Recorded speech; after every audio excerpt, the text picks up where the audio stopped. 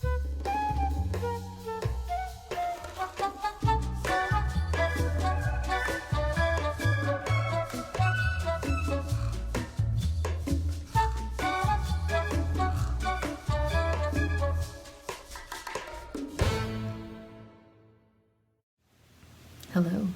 and welcome to Jolene Knits a Lot. This is my show about knitting and other crafts that I get up to. How are you doing? We're in a different place today, filming with different equipment.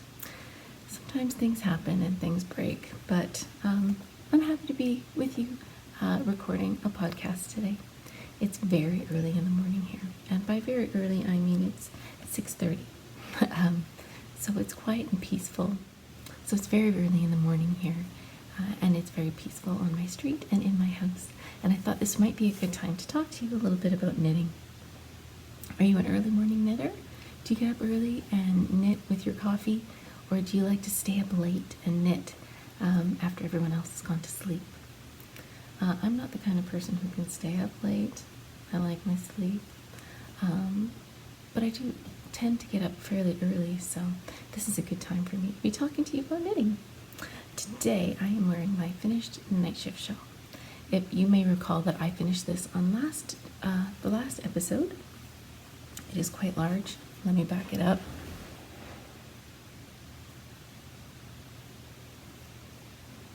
So, ta-da! When I blocked this shawl, I just wet it and I laid it out to dry. I didn't really pin it too much, and I wasn't super aggressive with the blocking. I'm pretty happy with the shape that it is. I knew that it would grow, and I'm really happy with the size that it turned out. If I remember, I will put some measurements here so that you can see how big my night shift shawl turned out. I will also include how much of the dyed in the wool I used. This is dyed in the wool yarn made by Spin Cycle, and I used remnants from other projects to sort of cobble together a scrappy night shift, if you will. I'm really happy with how it turned out. Again, this is a night shift shawl made in dyed in the wool from Spin Cycle yarns. Now I have some knitting to show you. After the last episode, I cast on a pair of Tuku Honey socks. And this is what they look like. This is a pattern by Andrew Mowry. It is a toe-up sock, and it has a sort of short row heel. It's mostly knit in reverse stockinette, which means that it's purl. You're doing a lot of purling. Now, this sock was an interesting knit for me because I don't usually knit toe-up socks. And the way that this sock starts is with a Turkish cast-on, which I learned is easier to do if you're doing magic loop. So I thought, okay, I will challenge myself to try magic loop for a pair of socks. So I cast on and I did the toe in magic loop, and then when I got to the body of the sock, I thought, okay, I'm just going to switch to DPNS. That'll be faster for me. But I found that I was getting laddering. Now, I don't get that often when I'm using DPNs and doing mostly knitting, but because this sock is mostly purling, things changed. So you can see here I had a bit of laddering and also on the sides. So after a while I thought, okay, this is enough. I'm going to switch back to magic loop and see how that goes.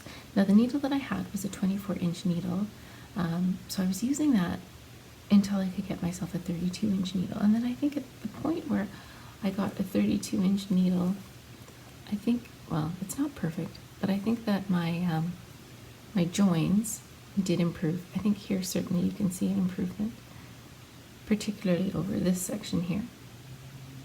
So this sock, while it was an interesting sort of study in doing a toe-up sock, doing a short row heel, which I enjoyed doing, it also had its challenges because I was doing magic loop.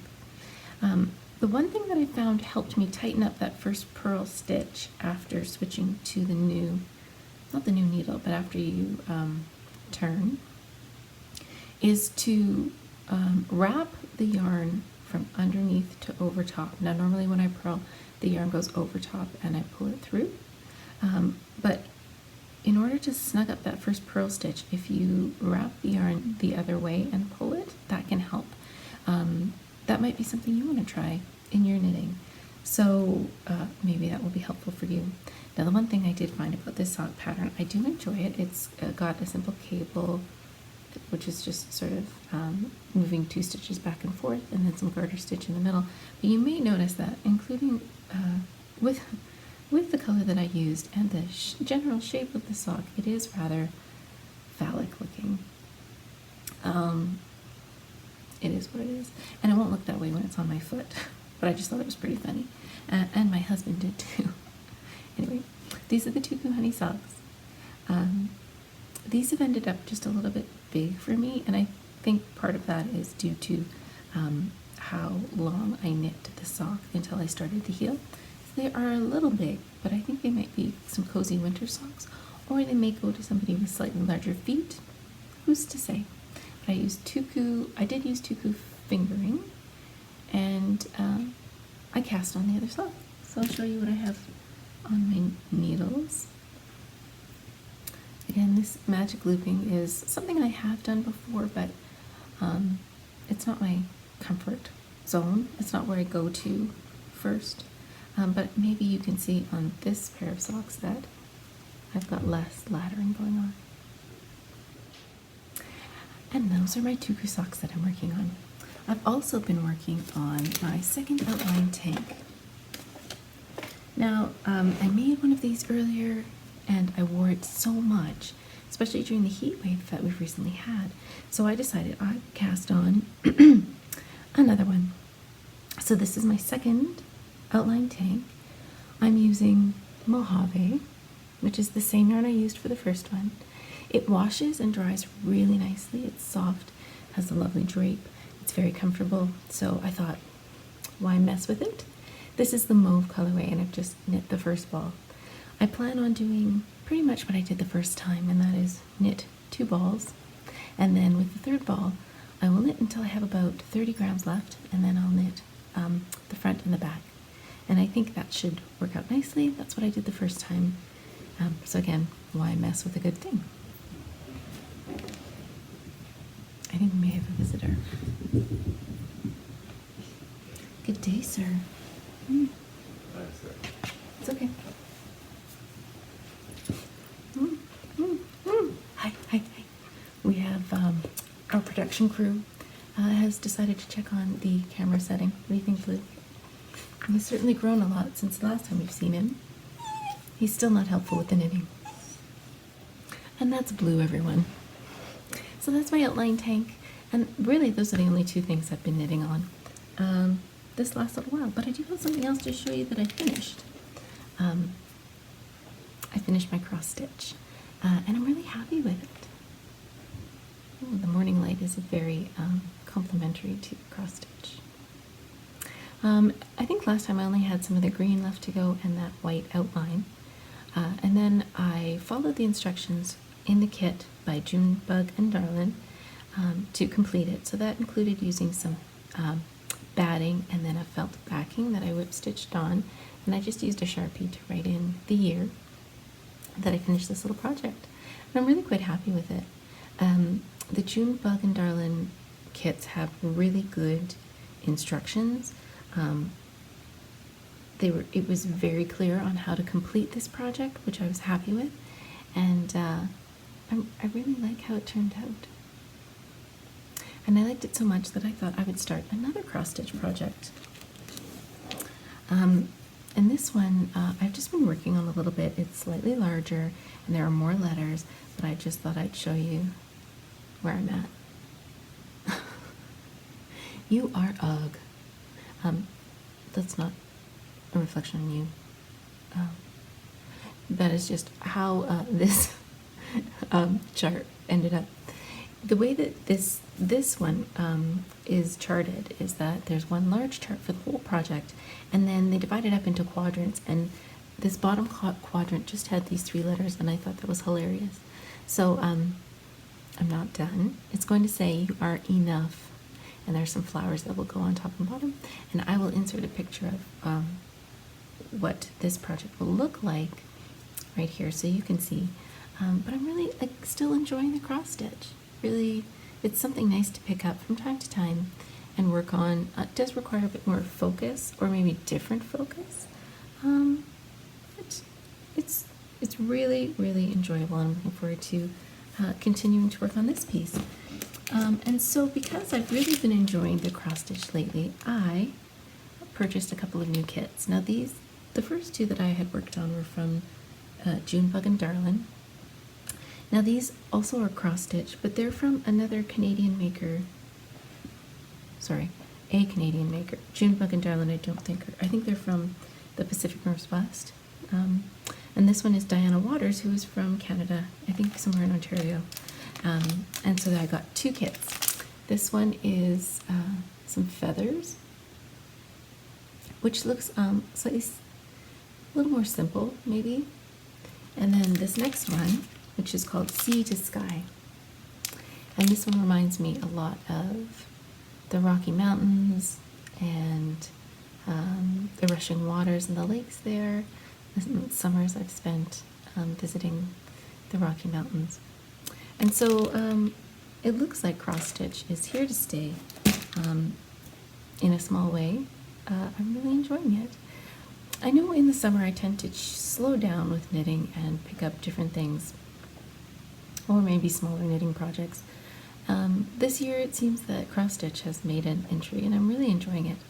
But I do have some plans for future knitting projects, and the one knitting project I would really like to get my teeth into when I have time and space to focus is this, the Fox Thoughts pullover that was featured in the Pom Pom magazine in winter of 2020. Now this sweater caught my eye for sure when it came out. That beautiful color work is amazing, but I'm definitely intimidated by having to choose that many colors. I think there are 14 different colors used in that sweater, and every pass, every round uses marling. So there's always two different colors being held together at any one time. So there's two colors held together for the contrast, and two colors held together for the main color. And so you're always using 4 skeins of yarn in different ways. And so while I really love the look of the sweater, I was intimidated by the thought of having to choose that many colors. Earlier in the spring, however, La Vie Anime had a big sale on their website, and I managed to pick up a kit for the yoke of this sweater. So I'm quite excited about that. I have all the yarn that I need. I'll probably have more than enough, and I'm trying to think of what to do with the leftovers. I'll have to see how much there is. If there's enough for somebody else to make a sweater, I'll certainly put it together as a kit and maybe offer it. If someone wants to buy it, that would be fine. I do have some Volmaisa lace weight to use for the body, and if you're not familiar with Volmaisa lace weight, it's a lovely superwash, tonally colored yarn. The color I have is a soft gray color, and but it comes in a huge skein. Like, I think my skein is maybe 3 or 4 kilometers of yarn, which is a lot of yarn. It's the size of a small baby. So I'm all set. I just have to take some time to organize myself. I'm going to have to be very, very organized with my colors on this project, and I'm going to have a lot of yarn winding to do. But once I finish some of these smaller projects like the sock and the outline tank, then I'm going to push forward to the Fox Thoughts as a challenge for myself. I just need to be in a headspace where I can handle that many colors. But I have some plans on how to organize myself. I'll keep you in the loop when I start that project. And that's really all I've been working on lately. My family and I had the opportunity to go and see an art exhibit recently. That's the first time we've been able to really get out and do something quote unquote normal. And it was really, really nice. It was an exhibit called Imagine Van Gogh. So it was the works of, various works of Van Gogh projected onto white screens in a really large space with very dramatic music in the background. And I'll include some pictures here of that experience. It was really lovely. It was just nice to be out and to be experiencing something different. And I do enjoy Van Gogh. I've always liked, his famous paintings, the Starry Night and Sunflowers. But the more I get to experience art and sort of get to know the smaller works of famous painters, it's really interesting. A number of years ago, my family and I were in London. We went to see an art gallery in London, and we saw the sunflowers, and that was amazing. But next to the sunflowers was this painting of two blue crabs in water. And I found it equally delightful, but I had no idea that Van Gogh bothered to paint crab. This was really insightful, and I think the more we get to know the maybe less popular, less famous works of artists, they can be equally delightful. And so I really enjoyed seeing so many works by Van Gogh project into the walls around me. He did a lot of portraits more portraits than I would have known about, I think, or thought about. And he did paint a lot of people working, just everyday people, either working in fields or, in cafes or on boats on the water. So it's really beautiful experience, and I would encourage you to maybe seek it out if it comes to someplace near you. It was really, really lovely to be doing something normal with my family, even if we were still masked and still being cautious. It was nice to see a hint of something normal coming back.